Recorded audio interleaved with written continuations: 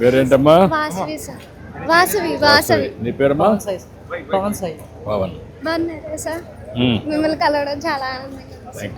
Okay, good. అంటే నువ్వు ఎట్లున్నావు? బాగున్నావా? బాగున్నాయి. రండి, రమ్మా.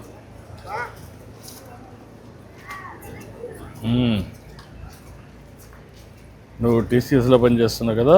ట్రైనింగ్ కింద వర్క్ చేస్తాను. ట్రైనింగ్ కింద పనిచేస్తున్నావు. ఎంసీఏ చేస్తున్నాను సార్. ఏదమ్మా? ఎంసీఏ చేస్తున్నావా? ఎంసీఏ బీఎస్సీ కంప్యూటర్ సైన్స్ అవ్వగానే ఎంసీఏ స్టార్ట్ చేసింది. ఎంసీఏ ఫస్ట్ ఇయర్ ఎండింగ్లో ట్రైనింగ్ కింద టీసీఎస్ నుంచి ఆఫర్ వచ్చింది. ఇప్పుడు నువ్వేం చేస్తున్నావా? 10th చేశాను సార్. ఇంకా అమ్మగారికి బాగోక ఇంకా ఇంటికాడే ఉన్నాను. వదిలేసావమ్మా? మళ్ళీ పోలేదా? అమ్మకి హెల్త్ బాగోదు కదా సార్. ఇంకా ఆవిడకి కేర్ టేకర్ పని ఏమి చేయకూడదు సార్. ఇంకా ఆవిడకి పని చేయడం గట్టా అన్ని ఫుడ్ వండి పెట్టడం చేయడం. ఇంటికాడ ఉన్నాను. ఎన్ని రోజులైంది మనం నిలిపేసి చదువు నిలిపేసి? 10th క్లాసు 4 years అయింది. 2020లో చేశాను. 2020లో చేసాము. తర్వాత నువ్వు ఇంట్లో నుంచే చదువుకోవచ్చు కదమ్మా? అదే అంటే కొంచెం ఇంటర్మీడియట్ అట్లా అంటే ప్రయత్నం చేయాలి కదా. కష్టాలు వచ్చాయని వదిలిపెట్టేయకూడదు కదా. నీ భవిష్యత్తు కూడా ఉంటుంది కదా. ఒకవేళ మదర్కి బాధ్యత, ఆ బాధ్యత చేస్తూనే నువ్వు చదువుకుంటే తర్వాత నీ జీవితంలో కూడా అవకాశాలు వస్తాయి కదా. అంటే అన్నయ్యని చదివించాక అన్నయ్య కొంచెం ఇప్పుడు జాబ్ చేస్తున్నారు కదా సార్. ఆ సేవింగ్స్లో కొంచెం నన్ను కూడా చదివిద్దామని ఇంటికి ప్రైవేట్గా కడదామని. అంటే నువ్వు బయట పోయి చదువుకుంటావా లేకుంటే ఇంటికాడ ఉండి చదువుకుంటాను? అదే అమ్మా. నమస్కారం. నమస్తే అమ్మా. అదమ్మా, రామ్మా.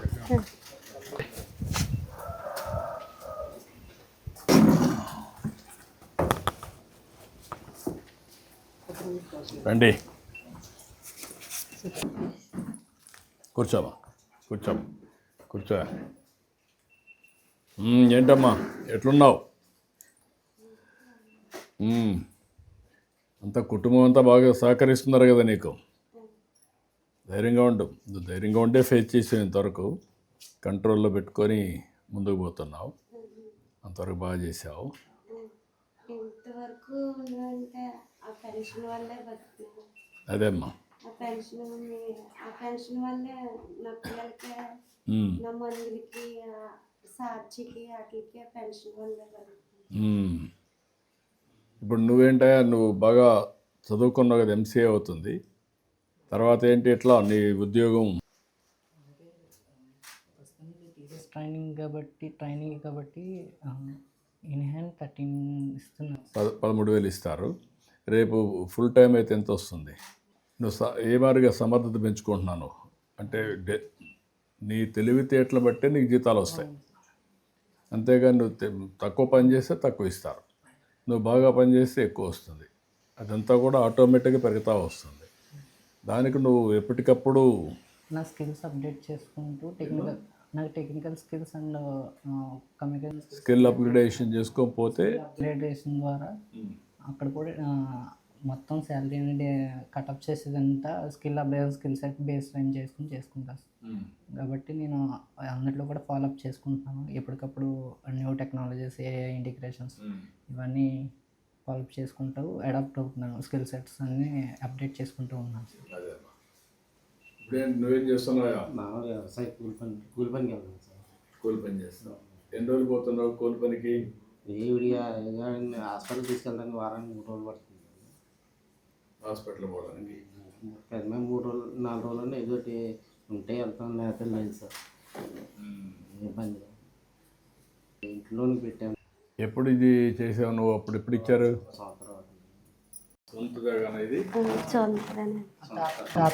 తాత వాళ్ళది నుంచి వచ్చింది. సొంతదేనండి. అయితే వారానికి 3 రోజులు ఆయన కూడా వస్తారండి. ఉన్న 3వ రోజున ఉంటే బయటకు పిలుస్తారండి పనిలోకి రమ్మని. అదే వ్యవసాయం పనులండి. ఆగుతేతని, కట్టేతని, కోతని, గట్లంకలు కానీ. ఇక్కడ కొంచెం ఐస్ ఫ్యాక్టరీలు గట్టా ఉన్నాయండి. ఆ ఫ్యాక్టరీ పనికి వెళ్తారండి. ఉన్న రోజున వెళ్తారండి, లేని రోజున వెళ్ళండి. ఇప్పుడు నీకు ఇది వచ్చిన తర్వాత నువ్వు అన్ని జాగ్రత్తలు తీసుకున్నావమ్మా అప్పట్లో బిగినింగ్లో? అన్నీ తీసుకున్నానండి. అది ఒకసారి డాక్టర్ వాళ్ళు చెప్పింది ఏంటంటే మామూలుగా షుగర్ ఉన్నా బీపీ ఉన్నా అక్కడి నుంచి పెరుగుతుంది షుగర్ ఉంటే. నాకు బీబీ వల్ల పెరిగిందని అన్నారండి. బీబీ ఎక్కువ అయిపోయిన వల్ల వచ్చేసింది అన్నారు. అదేమ్మా దాని మీద ఎక్కువ వచ్చిందని. అంటే ఇన్ఫెక్షన్ వచ్చినా కూడా పళ్ళలోకి గట్ట వెళ్ళేదానండి. ఇప్పుడు వెళ్ళేదానివే? అంటే 2011 ఇప్పుడు కాదండి, బిగినింగ్లో అంటే ఫ్యామిలీకి అప్పుడు కొంచెం ఇప్పుడు అంటే ఇల్లు కట్టుకున్నాం, అప్పుడు ఇంక ఇల్లు కూడా లేదు సార్. 2011 నుంచి ఇంకా చిన్నపిల్లలు మా ఎడ్యుకేషన్ కోసం ఇద్దరు వెళ్ళేవారు. ఆవిడకి హెల్త్ బాగోపోయినా అది కాకుండా కొంచెం అటు ఇటులో ఒకరోజు ట్యాబ్లెట్స్ వేసుకుని వెళ్ళి పని చేసుకుని వచ్చి ఇంట్లో పని చేసుకుని మామూలు స్కూల్కి పంపి అలా చేసి డయాబెటీస్ కంట్రోల్ చేయలేదా నువ్వు? చేసాను. ఇప్పుడు సరే, అప్పుడు బిగినింగ్ 2011 సార్. 2011 నుంచి 19 వరకు 22 వరకు ఆల్మోస్ట్ 11 ఇయర్స్ మెడిసిన్స్ మీద వచ్చారు సార్. సో ఆ కంట్రోల్ ఉంది కాబట్టి 11 ఇయర్స్ టైం ఇచ్చింది మనకి డిసీజ్. లేకపోతే ఇంకా చాలా ఎర్లీగా అంటే ఫుడ్ హ్యాబిట్స్ మార్చుకుంటే మారేది కదా కొంచెం. నువ్వు ఇప్పుడు బిగినింగ్లో అంతా నువ్వు రైసే తిన్నావు కదమ్మా? రైసే తిన్నావు, అదే కదా ప్రాబ్లం. కొంచెం డిలే అయ్యేది సార్. ఇంకా ఇంకో 3-4 ఇయర్స్ మనం డయాలసిస్ ఆపగలిగేవాళ్ళం. డయాలసిస్ ఆపేవాళ్ళం, ఓసారి కంట్రోల్ కూడా అయ్యి ఉండేది. కంట్రోల్ డయాబెటీస్ ఇది గేట్వే ఫర్ ఆల్ డిసీజెస్. ఒకసారి డయాబెటీస్ కానీ ఇదైతే కంట్రోల్లో లేకపోతే ఇంకా అన్ని డిసీజెస్ వచ్చేస్తాయి. అక్కడి నుంచి మల్టీ ఆర్గన్స్ ఫెయిల్యూర్ అవుతాయి. That is the problem hour కేసులో. పాస్ అయ్యా? టెన్త్ ఎన్ని మార్కులు వచ్చాయమ్మా? నాకు 498. 498. ఏంటంటే అమ్మాయిని ఏం చేస్తావు నువ్వు? ఇప్పుడు నా సేవింగ్స్లో కానీ అంటే చదివిందా నా ఎడ్యుకేషన్ నేను ఇప్పుడు ఎడ్యుకేషన్ కూడా ఫీజు కట్టుకున్న తర్వాత నా సేవింగ్స్లోంచి వచ్చిన మంత్లీ సేవింగ్స్లో తీసి తనకి ప్రైవేట్గా ఇంటర్మీడియట్ ఇప్పుడు రాయిస్తావా? అప్లై చేసాను సార్. 1 month ఇయర్ చేస్తారా? అప్లై చేశారా? ఓకే, చదివించు. ఇంటర్మీడియట్ అయినాక అవసరమైతే హైబ్రిడ్ మోడల్లో ఇంటి దగ్గర ఉండి చదువుకోవడం ఒకటి. ఇప్పుడు నైపుణ్యం పోర్టల్ కూడా ఒకటి తీసుకొస్తున్నాం. ఆ నైపుణ్యంలో కూడా ఇంటి దగ్గర కూడా నేర్చుకోవచ్చు. అదే సమయంలో వీలైతే ఎక్స్ట్రా కోర్సెస్ ఫిజికల్గా కావాలంటే అవి 2 వర్కౌట్ చేయి. నువ్వు ఆ అమ్మాయిని చదివించి పైకి తీసారు, అది నీ బాధ్యత. ఇప్పుడు మీ ఫ్యామిలీ సెట్ కావాలంటే ఏం చేయాలా?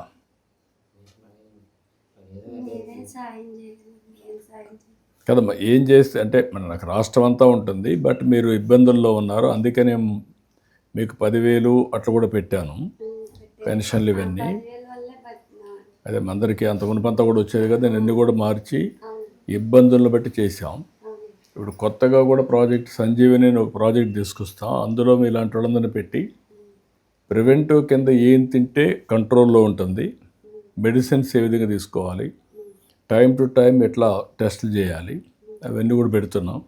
అది వస్తే ఇంకా కొంచెం కంట్రోల్కి వస్తుంది అందరికీ. మీకు ఒకరికి కాకుండా రాష్ట్రంలో ఉండే వాళ్ళందరికీ. నీలాంటి వాళ్ళు ఒక 6-7% ఉంటారు ఎక్కువ. అంటే డిసీజెస్ వచ్చి కొంచెం కిడ్నీ కానీ, లేకపోతే షుగర్ కానీ, డయాబెటీస్ కానీ, నర్వ్ ప్రాబ్లం కానీ, హార్ట్ ప్రాబ్లం కానీ, క్యాన్సర్ కానీ ఇలాంటి వచ్చేవాళ్ళు ఉంటారు. వాళ్ళందరినీ ఏ విధంగా చేయాలి, డిసీజ్ రాకుండా ఉండాలంటే, తగ్గించుకోవాలంటే మన తినే తిండి పైన, మన ఆలోచన, మన వాతావరణం ఇవన్నీ ఉంటాయి, కూడా ఆలోచిస్తున్నాను. కాబట్టి ఇప్పుడు మీ కుటుంబం బాగుపడాలంటే ఏం చేయాలి? ఇదే నాకు ఏదో సాయం చేయాలి. అదే ఏంటి? ఇంటిలో నుండి కట్టించాలి. బాబుకేనా అది ఉద్యోగాలు అవన్నీ నేను మాట్లాడతాను, అది చేపిస్తాం. అదే ఒకసారి మాట్లాడదాం, నేను చెప్తాను కలెక్టర్కి, అవి కూడా చేయమంటాం. ఇప్పుడు నువ్వు ఈ ఇల్లు కంప్లీట్ చేయాలంటే ఏం చేయాలా? ప్లాస్టింగ్ చేసి ప్లాస్టరింగ్ అవన్నీ ఎంత అవుతుంది దానికి? 4 లక్షలు 4 లక్షలు అవుతుంది. అంతా ఇబ్బందులు ఉన్నాయి, కానీ అధిగమించాలి. రాష్ట్రం కూడా ఇబ్బందులు ఉన్నాయి, రాష్ట్రాన్ని కూడా అధిగమించాలి. అవునండి. మీలాంటి వాళ్ళకి చాలా సమస్యలు ఉన్నాయి, చాలా మంది ఉన్నారు. ఇంకా ఒక పని చేద్దాం, మీ ఇల్లు కంప్లీట్ చేయమంటాం. ఒకటి అప్పులు కూడా ఎంత ఉంది అప్పు కరెక్ట్గా ఎంత ఉంది చెప్తే మా వాళ్ళు మాట్లాడి వాళ్ళతో అప్పులు ఉండే వాళ్ళతో మాట్లాడి సెటిల్మెంట్ చేసి ఇల్లు ఒకటి పూర్తి చేయండి, ఆ అప్పులన్నీ కట్టేసేయండి. అతనికి ఎక్కడెక్కడ ఉద్యోగం ఇవ్వగలిగితే ఇప్పించండి. ఆ అబ్బాయిది నేను రాసుకుంటాం, మా వాళ్ళకి చెప్పి కోఆర్డినేట్ చేయడం టీసీఎస్లోని. ఆ అబ్బాయిని ఎట్లా మోల్డ్ చేయాలో మోల్డ్ చేద్దాం, ఇక్కడ అన్నీ సెట్ అవుతారు.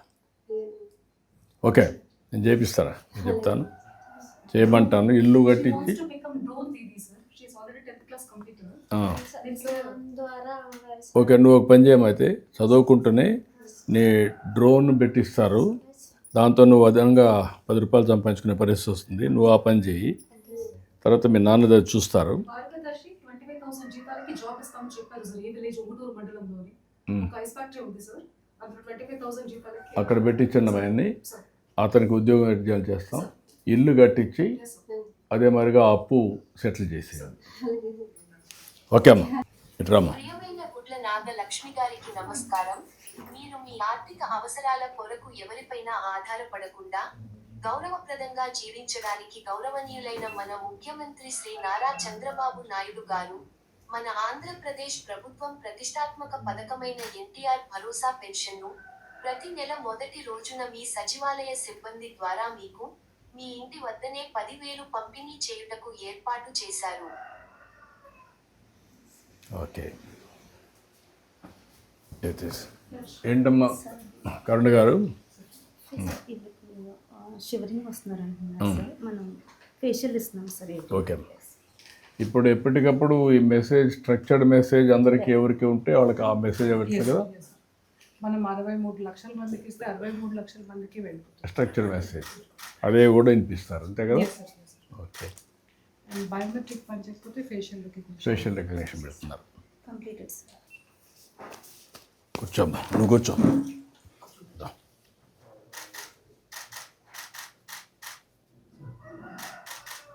ఓకే, జాగ్రత్త చూసుకో, నువ్వు జాగ్రత్త చూసుకో. మీరు ఆ అప్ప ఒకటి వాళ్ళందరితో మహాడస్ క్లియర్ చేపించేసి ఇల్లు కట్టించేసి ఆ అబ్బాయికి నేను చెప్పమంటాం. ఈ అమ్మాయిది మాత్రం డోన్ తీది ఇతని ఐస్ ఫ్యాక్టరీలో పెట్టించేసి. ఓకే, మంచిదమ్మా, రండి ఫ్యామిలీ అంతా రండి. రా.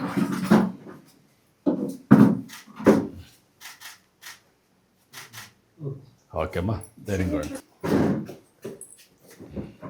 గోపీనాథపట్నం సచివాలయంలో welfare and education assistants. Okay, okay అమ్మా, థ్యాంక్ యూ అమ్మా, థ్యాంక్ యూ అమ్మా, థ్యాంక్ యూ అమ్మా, థ్యాంక్ యూ అమ్మా, గుడ్ లక్ అమ్మా. ఓకే బాబు, మిమ్మల్ని కలవడం చాలా ఆనందం. థ్యాంక్ యూ అమ్మా, థ్యాంక్ యూ. Okay, right.